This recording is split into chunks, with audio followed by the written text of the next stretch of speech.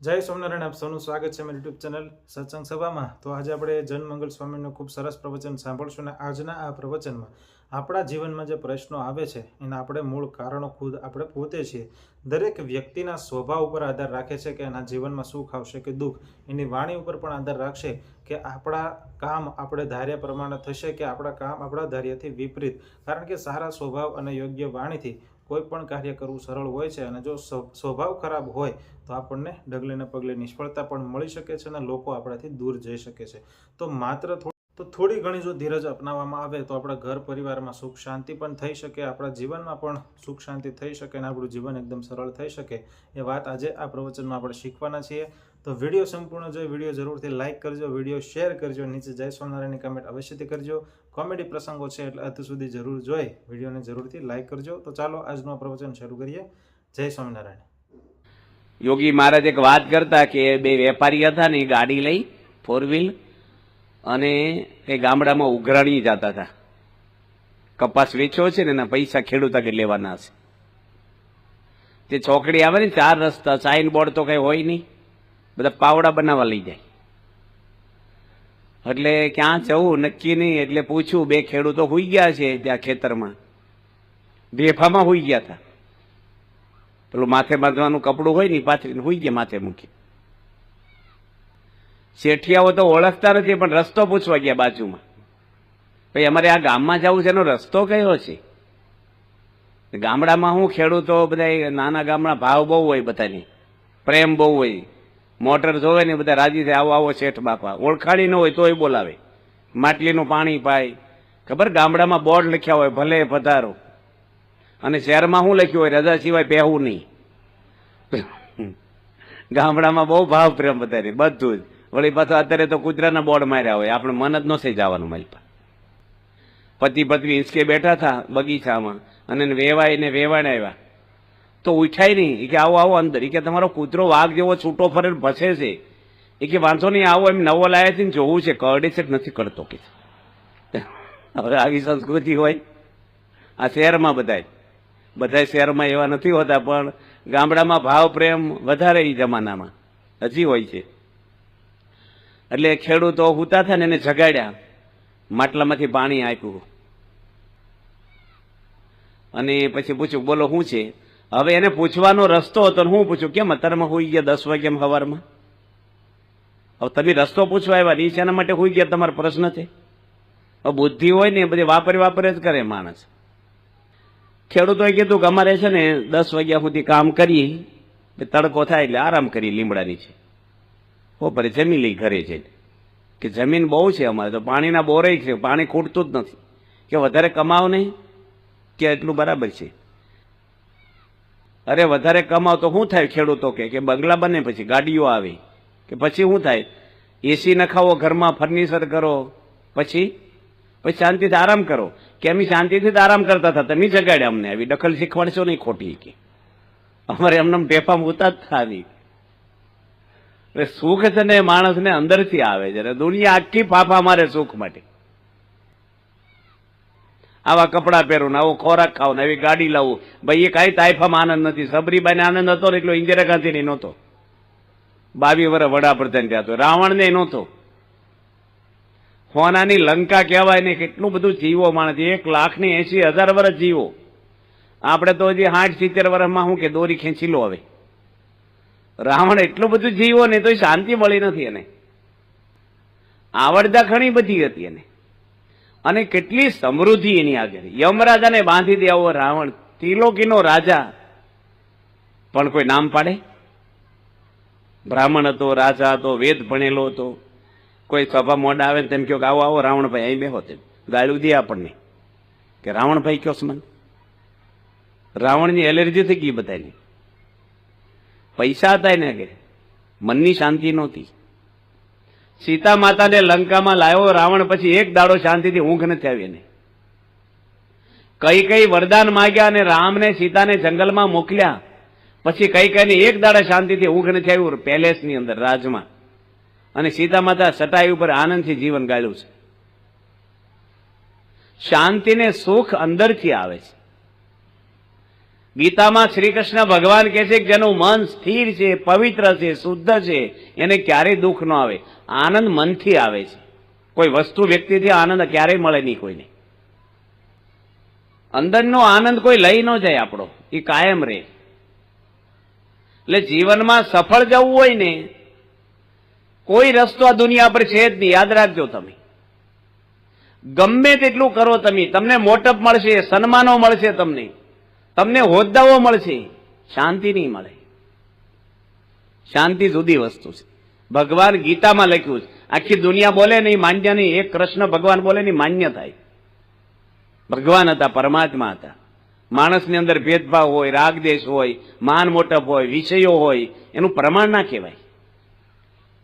શ્રી કૃષ્ણ ભગવાનનું પ્રમાણ કહેવાય. ભગવાન બોલે સત્ય. જો મહાભારતમાં એક પ્રસંગ આવે છે કે જ્યારે લડાઈ પૂરી થઈ અને છેલ્લે શ્રી કૃષ્ણ ભગવાન વિદાય થતા હતા, ત્યારે અશ્વસ્થામાં દ્રોણાચાર્યનો દીકરો કેવા કામ કર્યા છે કે ઉત્તરા જે અભિમાન્યુની પત્ની હતી, અભિમાન્યુ લડાઈમાં મૃત્યુ પામી ગયેલા, અર્જુનના દીકરા હતા. એની પત્ની ઉત્તરા, એના પેટમાં એક બાળક હતો.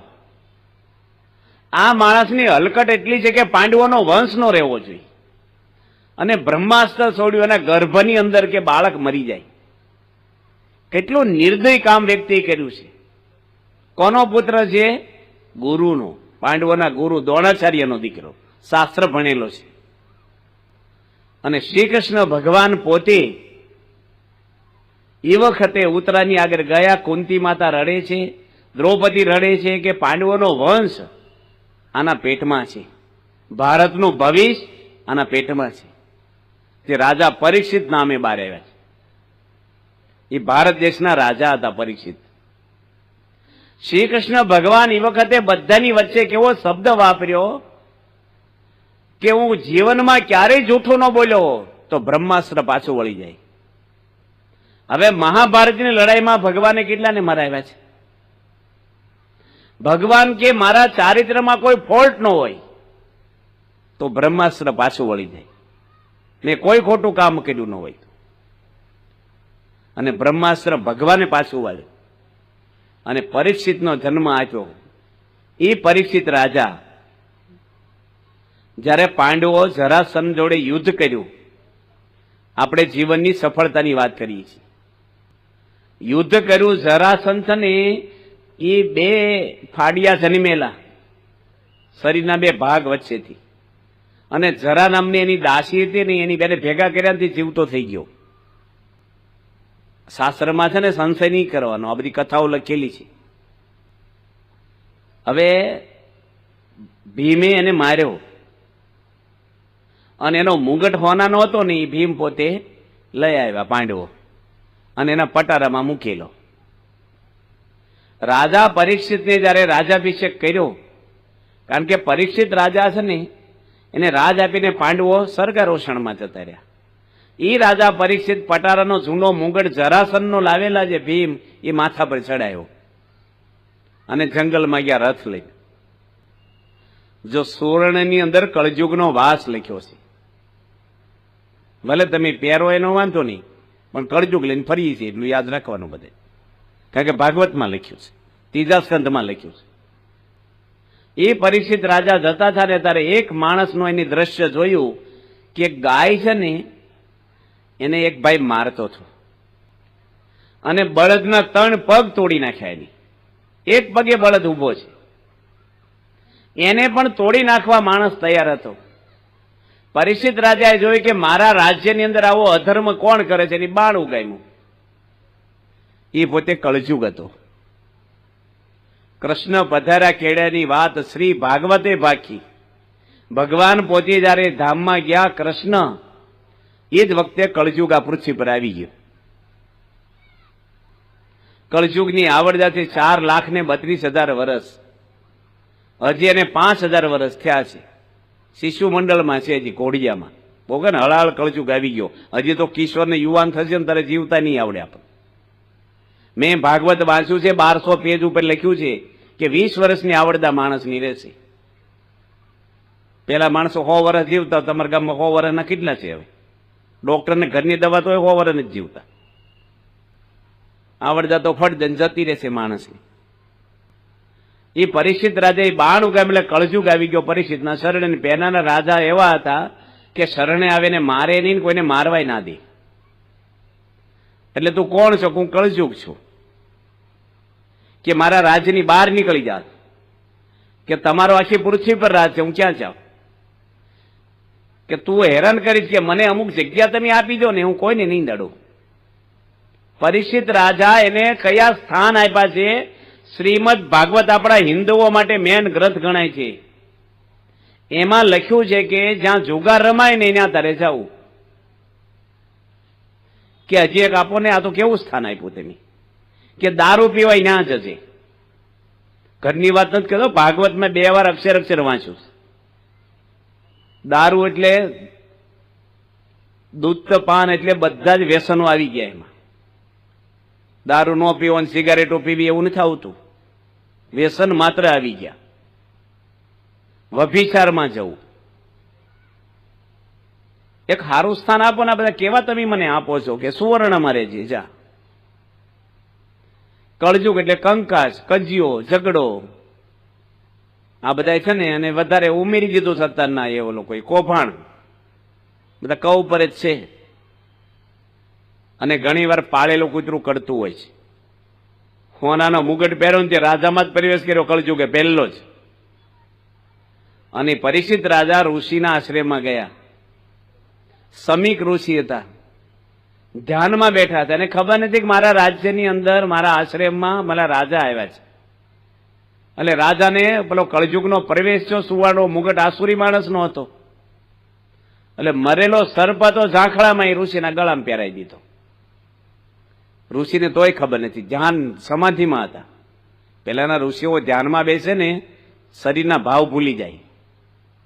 આપણે તો અત્યારે ધ્યાન કરવાની બહુ ધ્યાન રાખવાની જરૂર છે વધારે. તો ધ્યાન તો કઈ થતું નથી આપણે. અને ઋષિ તો કઈ ખબર ન પડી, પણ એમના શિષ્ય આવ્યા, શૃંગી ઋષિ.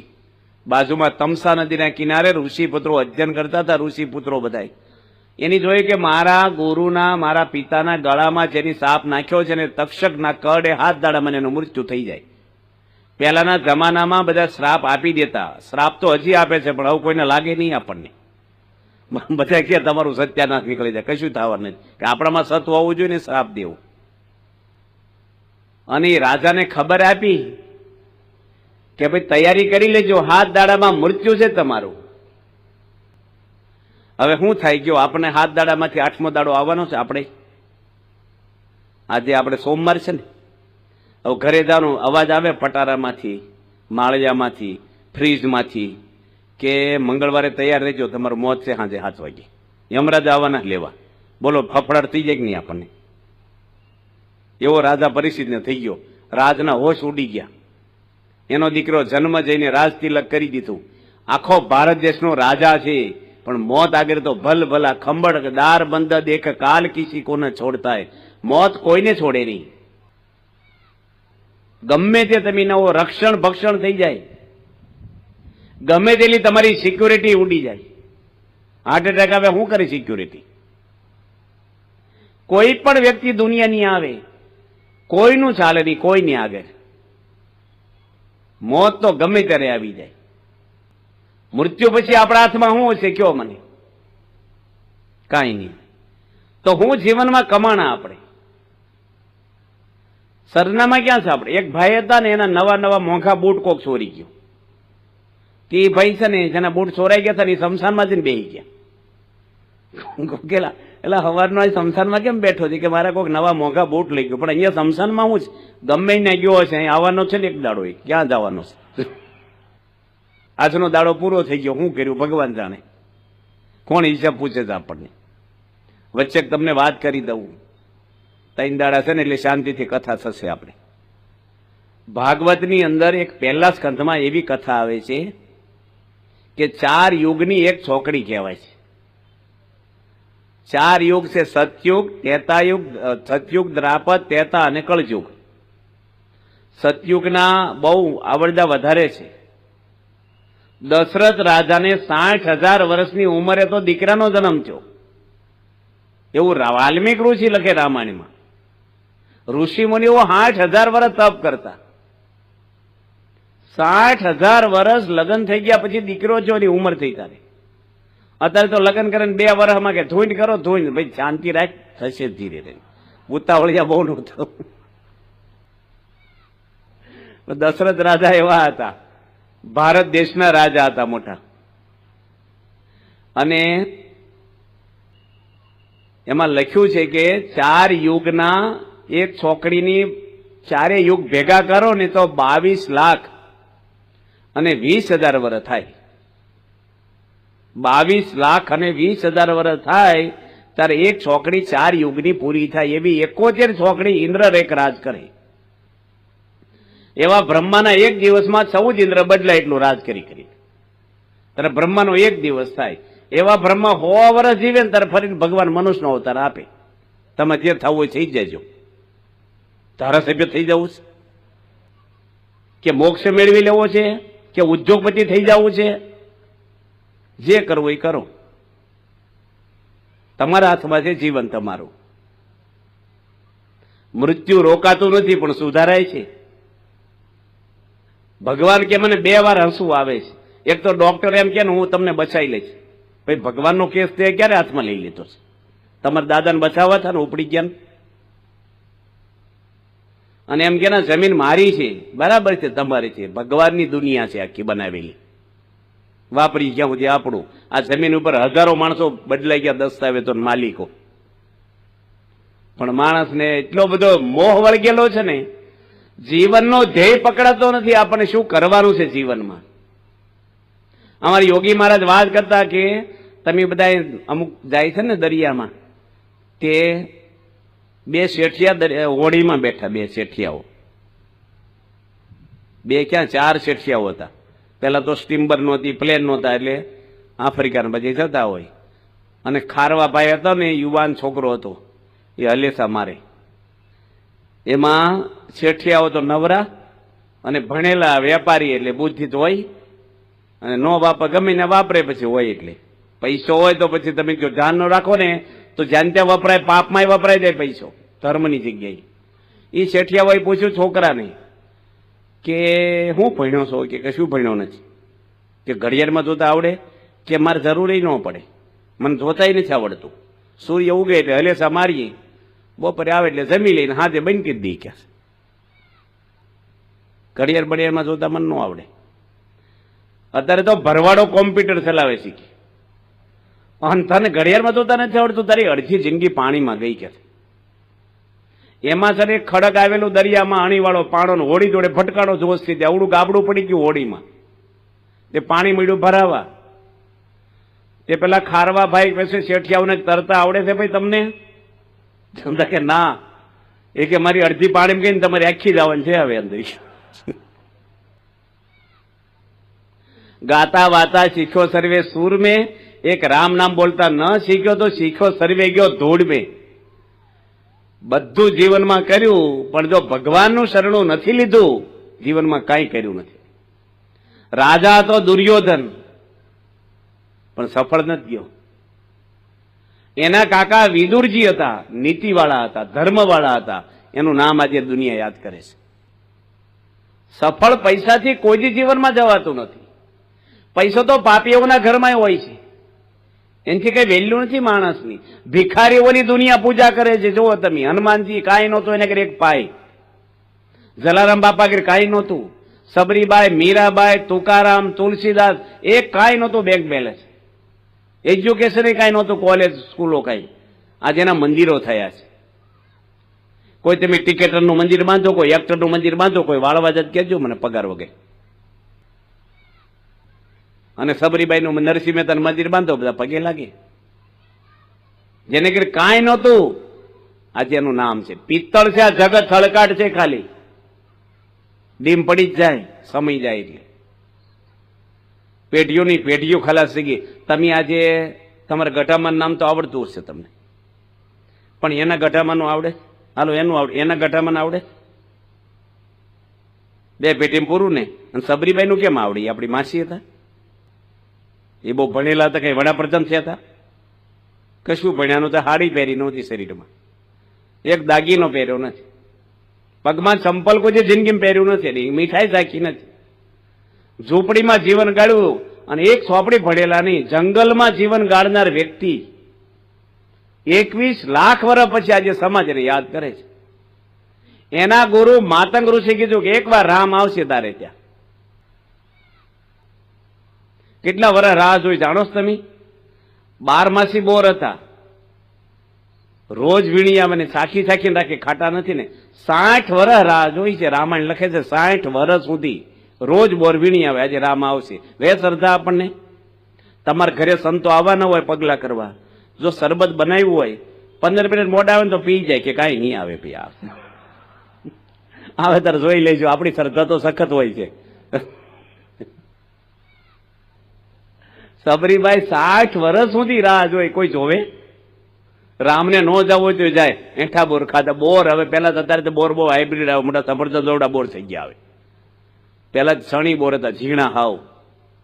હવે એમાં સાખેલા શું વધ્યું હોય? 80% ટળિયા હોય, મને થોડુંક પડ હોય, એમાં સાખ્યા હોય. કઈ રામ ભગવાને આઈસર ભરીને બોર નહોતા આપ્યા, 2-4 બોર ખાધા હોય. એવા તો તમારે વેવાય કેટલું લગ્નમાં ખવડાવી દીધું, કોઈ કાકોય નોંધતું નથી. સબરીભાઈ નું કેમ યાદ કરે દુનિયા? ભગવાનનો જેને સંબંધ થયો એના ભાગ્યનો પાર નથી. રાજા પરીક્ષિત ભાગવતમાં કે છે, ઓલા સુખદેવજી પરીક્ષિત રાજાને કે છે, ભાગ્ય ઉદયના બહુ જન્મ સમર્પિત સત્સંગ લભતે પુરુષો યદાઈ. બહુ જન્મના જેના ભાગ્ય ઉદય થયા છે એને ભગવાનનું શરણું પ્રાપ્ત થાય, એને સંત આશા સંતનો સમાગમ મળે. બધું દુનિયામાં મળશે તમને. સૂત દારા લક્ષ્મી પાપી કો ભી હોય, સંત સમાગમ હરિ કથા તુલસી દુર્લભ દોય. તુલસીદાસ કહે છે કે આ 2 જીવનમાં દુર્લભ છે. બીજું બધું સૂત દારા ને લક્ષ્મી, છોકરાઓ બૈરા ને પૈસા પાપી કો ભી હોય, સંત સમાગમ હરિ કથા આ જીવનમાં દુર્લભ છે. આપણે જીવન સફળ ભગવાન કરે આપણું. રામનો જન્મ સફળ થયો, પેલા હનુમાનજીનો. રામ તો ભગવાન હતા, એ તો અનંતના જન્મ સફળ કરે, પણ હનુમાનજીનો જન્મ સફળ થયો. કઈ જ્ઞાતિમાં થયા? એ વાંદર જ્ઞાતિમાં હતા. હનુમાનજીને પૂછડું છે હજી, દુનિયા પૂજા કરે નહીં. ભગવાનનું કામ કર્યું છે નહીં, નિર્સ્વાર્થ ભાવે ભગવાનની સેવા કરી છે. રામ રાજા થયા અયોધ્યાના, તો હનુમાનજી કીધું નથી કે ભાઈ એમ તમારા માટે જીવન જોખમમાં મૂક્યું, હવે એકાદો બંગલો સારો બાંધ્યો શાંતિ, તેમ રાજા છો, હવે શાંતિ રહીએ. અમે કશું નહીં જોઈ. આપણે તો થોડીક મંદિરમાં સેવા કરીને તો ભગવાન એટલું કામ કરી દેજો, પાછું અમારું વેપાર કરીએ ભગવાન જોડે. નિર્સ્વાર્થ ભાવે હનુમાનજી કેવી સેવાઓ કરી છે. રામ ભગવાનના નામે એવું રામાયણમાં લખે, પથરા તરે. પથરો મૂકે ને પાણીમાં તરે.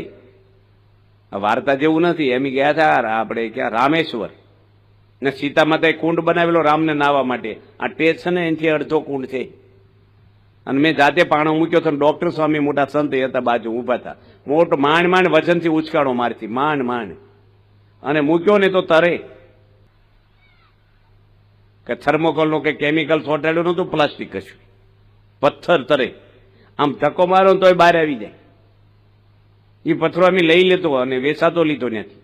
અમદાવાદ લાયા અને રવિ સભાના 10,000 માણસની થાય, એમાં તપેલો મૂકીને પથ્થરો મૂક્યો પાણી ભરીને, વિડીયોથી દેખાડ્યો આખી સભાને. રામ નામે પથરા તર્યા. જે ભગવાન વહેલા ઉઠીને રામ ભગવાન એને વિચાર આવ્યો મારા નામે કેમ પથરા તરતા હશે. એ વહેલા ઉઠીને મૂકવા ગયા કે પથ્થરો કોઈ જોવે નહીં. એમ તે હનુમાનજી સારામાના નાનું રૂપ લઈને વાહે ગયેલા. રામ ભગવાને પથ્થરો મૂક્યો ને બુડી ગયો. તે ભગવાનનું મોઢું પડી ગયું કે મારા નામે પથરા તરે હું મૂકું કેમ બુડી જાત. બીજો મૂક્યો તો બુડી ગયો. હનુમાનજી હસવા મળ્યા. જોયું કે તમે કે પથરા કેમ બુડી જાય છે? કે હનુમાનજી કે ભગવાન તમારા નામે જ આખી દુનિયા તરી જાય, તમે જેને મૂકો નહીં તો બુડી જ જાય ને. ભગવાનના નામથી જ તરાય. આપણથી શું થવાનું? માણસ ખોટો અહંકાર કરે છે. એટલા બધા બોલે હું ધારતો નથી, હું ધારું તો આમ કરી નાખું. તે ધારવા મળો ને કોની હામ દીધા તમને? 10 માળના મકાન થઈ જાય, 200 વર્ષ કોઈ મરે નહીં, કોઈ રોગ ન થાય, બધું ધારવા મળો. બધાને અમેરિકા જતું રહેવાય. કશું ન થાય, અમને પેરાલિસ થઈ જશે ને તો લાંકો પહેરતા નહીં આવડે, હું તારવાના? કશું નહીં થવાનું આપણથી, ધારેલો હું તારવાનું? અહંકાર આપણામાં આવી જાય. ભગવાન સિવાય કોઈ રસ્તો નથી આ દુનિયામાં. મનુષ્ય અવતારનું ફળ જ ઈ છે કે અંતકાળે પરમાત્મા આપણો હાથ પકડે. તમે આજે અહીં આવડી મોટી સંખ્યામાં પારાયણ સાંભળવા આવ્યા છો, એ પણ તમારા ભાગ્ય ઉદય થયા છે કે સત્સંગ સાંભળવા બેઠા છીએ, આપણે ભગવાનના દરબારમાં બેઠા છીએ. આ કોઈ મનોરંજન કે પાર્ટી કે કોઈ પ્રોગ્રામ એવા નથી, કોઈ સભા એવી કઈ રાજકારણ કે કોઈ વસ્તુ નથી. અહીં ભગવાનનો આપણે સાંભળવાના ગુણ. જન્મ સફળ ભગવાન કરે આપણો. જીવન જીવવાની કળા બહુ જ મોટો વિષય છે, લાંબો. સફળ નથી ગયા દુનિયામાં બહુ મોટા મોટા માણસો. નામ ન દેવાય, બહુ મોટી 4 વ્હીલ ગાડી જેની બહાર પાડી છે વર્ષો પહેલા, જેનું નામ છે દુનિયામાં. એ ગાડીના બનાવનારના માલિક અબજોપતિ આત્મહત્યા કરીને ધામમાં ગયા છે. હું ખોટું જીવનમાં? મુંબઈમાં 3-3 કરોડના ફ્લેટમાં રહેવા વાળા માણસો 19 વર્ષની દીકરીને એના મમ્મી પપ્પા 3-5મા માળે જેઠે પડીને આત્મહત્યા કરી છે. મનના દુઃખ જેવા કોઈ દુઃખ નથી. એજ્યુકેશન તમને કામ ન આપે કાંઈ. કેટલા એન્જિનિયરો જેલમાં છે, જોજો તમે. કે તમે તમારા દીકરા દીકરીને હાઈ એજ્યુકેશન આપ્યું એટલે સફળ નથી થઈ જતા. ધર્મના સંસ્કારો છે ને એ માણસને સુખી કરે છે. મહાભારતમાં દુર્યોધન શ્રી કૃષ્ણ ભગવાન એક પ્રશ્ન પૂછે છે કે લડાઈ થવાની છે, એમાં તમે કોને પડખે ઉભા રહેવાના છે? દુર્યોધનને કૃષ્ણ હગ્ગા વેવાય થઈ ચૂકેલા છે. લડાઈ પૂર્વે કૃષ્ણ ભગવાનના દીકરા અનિરુદ્ધ અને દુર્યોધનની દીકરી લક્ષ્મણાના લગ્ન થઈ ગયા છે. સામાન્ય માણસ વેવાયના પડખે જ રે. ભગવાન એવા નથી વેવાય ફેવાય જોડે રે, ભક્તોની જોડે રે. અને આપણે ભક્તોની જોડે ન રહી, આપણે વેવાય જોડે રહી. વાંક ગમે તે ન હોય ભાઈ, અમારા વેવાય છે બસ. કૃષ્ણ ભગવાન કે છે હું પાંડવોના પડખે નથી, હું કૌરવના પડખે નથી, હું ધર્મના પડખે ઉભો રહીશ. જ્યાં ધર્મ છે ત્યાં પરમાત્મા કે હું છું. જો પાંડવો અધર્મ કરે તેની સાયામાં એનો ઉભો રહો.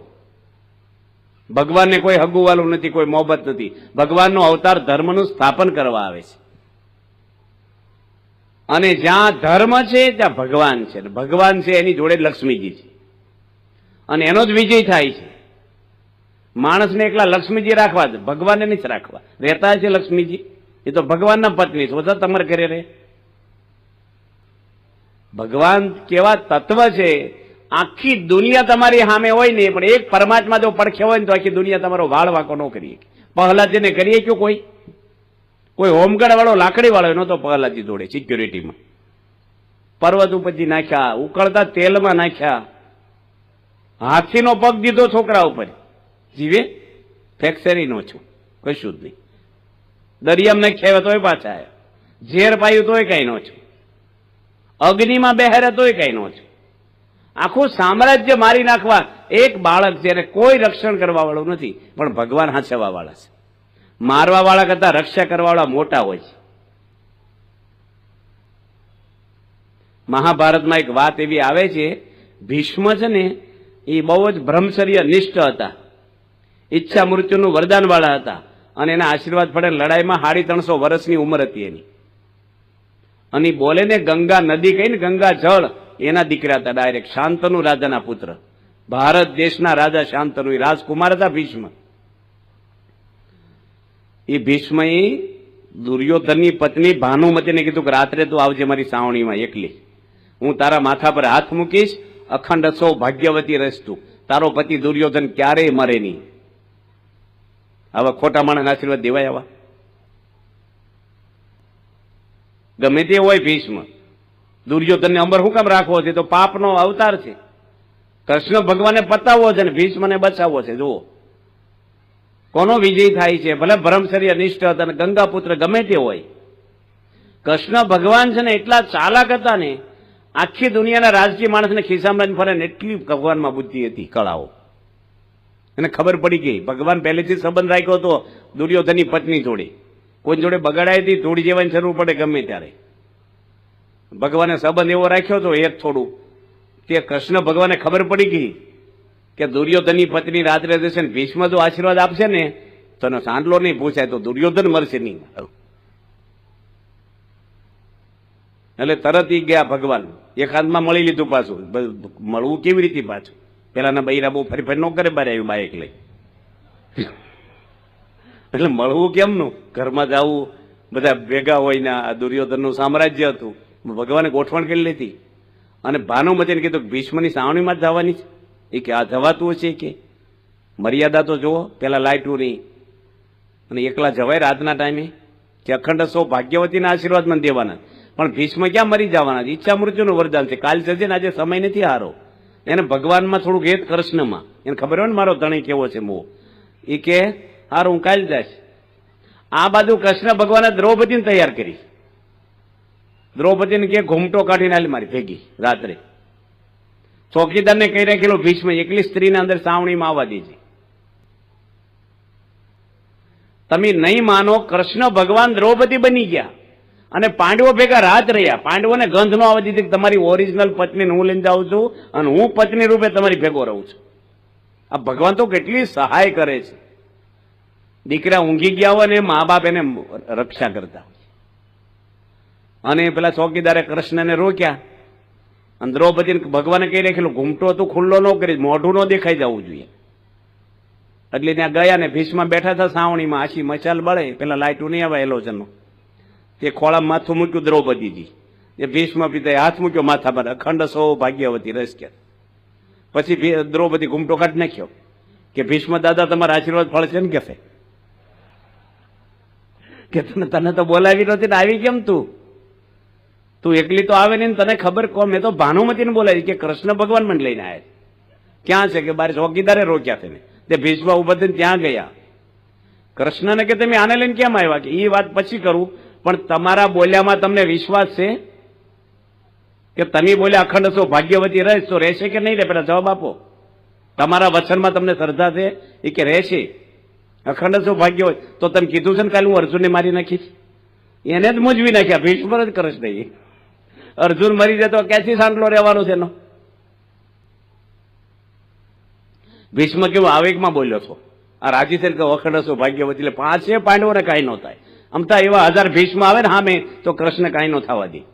ભીષ્મ હું ગમે તે ના હોય, ભગવાન આગળ હું વેલ્યો છે. શ્રી કૃષ્ણ ભગવાને ટચલી આંગળી રાખ્યો તો ગોર્ધન પર્વત, મતલબ કેટલો ગિરનાર કરતા મોટો છે, બોલો 100 કિલોમીટરના એરિયામાં. એ 3 દાડા રાખ્યો આંગળી ઉપર. આપણે ઈંટ તો રાખો આમ ભાંગી જાય આંગળી આપણી. 12 વર્ષની ઉંમરે કંસને મારી નાખ્યો કૃષ્ણ ભગવાને. દિલ્હીમાં હમણાં એક ભાઈ કૃષ્ણ પ્રગટ થયા, દિલ્હીમાં થોડા વર્ષો પહેલા. જે ગોપીઓ ભેગા રાસ રમે, બધી છોકરીઓને ગોપીઓ બનાવી કે હું કૃષ્ણ છું. મોર પીસું રાખે, મુગટ પિત્તાંબર પહેરે, વાંસળી વગાડે પાછા, અને બધી છોકરીઓ ભેગા રાસ રમે. એમાંથી તો કઈ હરખું રે. એક જણે કેસ કર્યો કે ગડબડ થઈ છે. તેના બાપે કેસ કર્યો, એટલે પોલીસ પકડી ગયા કૃષ્ણને. કૃષ્ણ કે આ બધી ગોપીઓનું કૃષ્ણ છું કે કેમ મને પકડો છો? કે કૃષ્ણ તો કાળી નાગ ના છો તો તમે કેરું પકડી લો ને ક્યાં? એ કે આ જન્મમાં એક જ પકડન રાખ્યું છે રાસ રમવાનું, બીજા બધા બધી રાખ્યા હતા. હવે આવા ડુપ્લિકેટ કૃષ્ણથી કઈ થાય? એક ગામમાં છે ને રામલીલા રમાતી હતી. રામલીલા એટલે ખબર ને પેલા ટીવી નહોતા ને, ભવાયા બહુ રમે. એમાં રામ ભગવાન બને, લક્ષ્મણજી બને, હનુમાનજી બને, અને એક છોકરાને સીતા બનાવ્યા.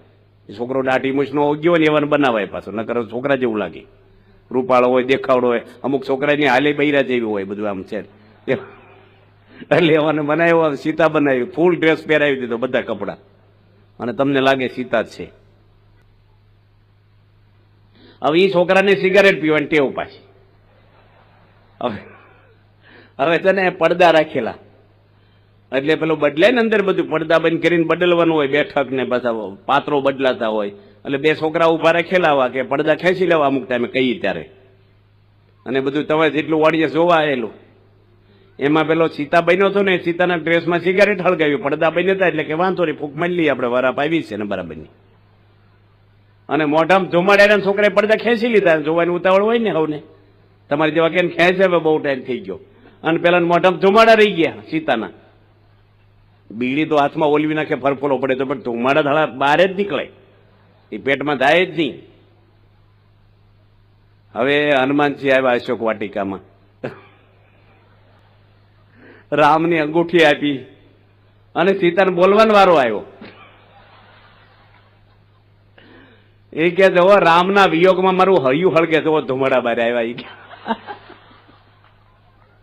હવે આવા ડુપ્લિકેટ સીતા ને ડુપ્લિકેટ હનુમાનજી હાથે કામ થાય આપણા? એ જીવન સફળ કરે આપણું? આવા કેટલાય ડુપ્લિકેટ આટા મારતા હોય બહાર, ફસાવાનું નહીં ધ્યાન ત્યાં. હાચા ગુરુ હોતા ને ભગવાનનું શરણું લેવાય. ગમે તેવા કંકુ કાઢે ને ઢેકડા કરી તો જાદુગર કહેવાય બધા. એમાં શું છે હવે? એ તો ચાલાકીઓ છે બધી. મહાન નરસિંહ મહેતા કંકુ કાઢતા હતા, મીરાબાઈ બધે, તુલસીદાસ ને હનુમાનજી ને એવું કર્યું આમ કંકુ કાઢે? આમ કાંઈ ન હોય પાછું, આમ કોરા થાય. આમ કરે તો કંકુ નીકળે. હવે એમ કંકુ નીકળતું હોય તો કંકુ કેટલું મોંઘું હોય? આખો દાડો કૃષ્ણ ડબ્બા ભરીને તારે બૈરી વેચા કરે. આ હું કામ રોટલા માગવા આવ્યો કોકના કરે? આ તો બધા એવા હોય ડુપ્લિકેટો બધા. ભગવાન સિવાય ક્યાંય કોઈ આપણું કામ કરે એમ નથી. એક પરમાત્માનો આશરો આપણે દઢ હોવો જોઈએ અંદરથી. એક મારા તારણહાર ભગવાન છે. જે ભગવાનને માનો એ તમે માનવા એટલે અંદરથી માનવાના, ઉપર ઉપર નહીં ખાલી અગરબત્તી કરી. 10 વર્ષ અગરબત્તી જ રહેતી હોય, દીવો તો આવડ્યો તો આરતી તો શીખ્યો જ ન હોય ભાઈ 25 વર્ષે. રામ ભગવાનના ફોટા રાખો તો લક્ષ્મણ ને રામને પ્રેમ કેવો હતો, કેવું જીવન જીવી ગયા. ભરતજી બોલ્યા કે એક દાડો મોડા આવશો અગ્નિ સ્નાન કરી જશું. આ રાજ તમારું છે. દશરથ રાજાના વચને રામ 1 કલાકમાં નીકળી ગયા જંગલમાં. આ રામને માનની તો રામાયણમાંથી આજ ઉપદેશ આપણે લેવાનો છે. પિતાની આજ્ઞા પાળવી જોઈએ આપણે.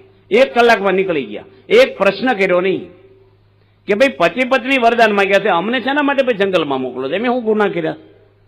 6 થોપાક આપી દો, અમારો જે નીકળે હાલો નોખો થઈ જવું છે. અથવા સીતા રહી જાય જનક રાજા ત્યાં મિથિલામાં, એને કોઈ ભાઈ નહોતા, ઘર જમાઈ તરીકે અમે 14 વર્ષ ગમીને રહીશું ભાઈ, અહીં નહીં રહી. કશું બુદ્ધિ ન વાપરી, કશું સામાન્ય ભેગો નહીં, કશું જ નહીં. નકર માણસ હું 2 દાડા રાહ જોવે ભાઈ, કંઈક વિચાર બદલાય, કોઈક સમજાવાળા મળે, જવું નહીં આપણે ભાઈ ઉતાવળ, હું જઈશું કાલ. કલાકમાં કોઈ નીકળી જ ન જાય. અત્યારે અમથાય ન નીકળે, કોઈ જાય જ નહીં. ડોહાર મુખ્ય હવે તમારે જવું વૃદ્ધાશ્રમમાં, અમારે છે ને ઘરમાં નીકળવાનું. રામ સીતા, રામ એક શબ્દ બોલ્યા નહીં. રામ તો ન બોલે પણ સીતા માતા બોલે કે ના બોલે? કઈ જોડે બેઠક ન કરે? મારા પતિ જંગલમાં કેમ જાય છે? મીટિંગ કરી મારી જોડે. શું છે પ્રશ્ન? લાય અત્યારે વહુ હાહુ ને ઊંચા કરી નાખે.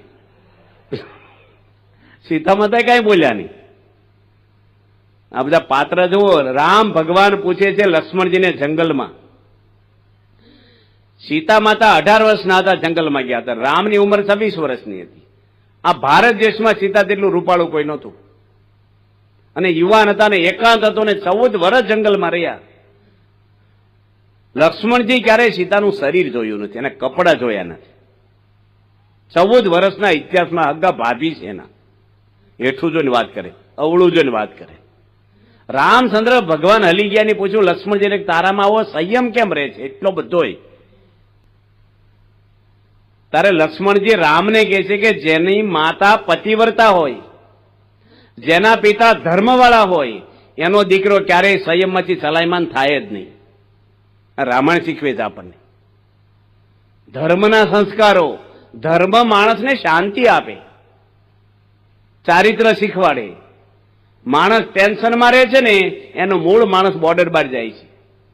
જો ધર્મમય જીવન જીવે, થોડા પૈસા તમે આનંદ કરી શકો, ભલે કાંઈ ન હોય તમારે આગળ પણ શાંતિ હોય. હું ગયો તો પારણ કરવા પૂનામાં ગયા વર્ષે. એક એન્જિનિયર એક બિલ્ડરને લઈને આવ્યા મારે આગળ. હવે આમ દૂરના હગાઈ થતા હતા, અને બિલ્ડર તો બહુ સત્સંગી નહીં ને એન્જિનિયર થોડાક ભાવવાળા.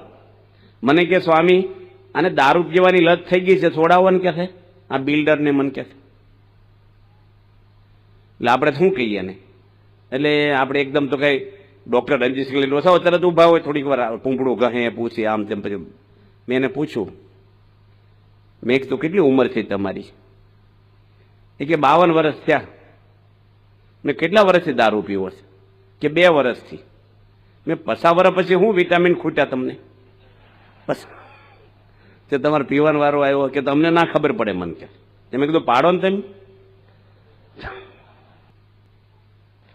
એ કે મને ટેન્શન હોય કે મેં ટેન્શન હોય ને દારૂ પીવો જોઈએ એ વાત તમારી માન્ય છે કે બરાબર ટેન્શન હોય દારૂ પીવો જ જોઈએ ને મને કે મેં તમે દારૂ પીવા મળ્યા ઘરમાં કોઈ ટેન્શન છું કે મારી બૈરીને થયું હોય કે મારી પત્નીને થયું. મેં કીધું એને ટેન્શન છું તમે દારૂ ન પીવો જોઈએ, તમને ટેન્શન છું તમે દારૂ પીવા મળ્યા, તમારી પત્નીને ટેન્શન છું તેને પીવડાવો. તે કોને ટેન્શન થાય? દીકરા દીકરીઓ. મેં એને પીવડાવો. આખું ઘર દારૂડિયું થઈ જાવ એટલે બાજુવાળાને ટેન્શન થાય. એને પીવડાવ મળો. આખું ગામ દારૂડિયું થઈ જાવ એટલે સુખી થશો કે મને કે હવે જાવા જો ને હાલો મૂકી દઉં. તમે તો બહુ લપ કરી મને કે છોડી દીધો બચારે, સારું છોડી દીધો એટલો.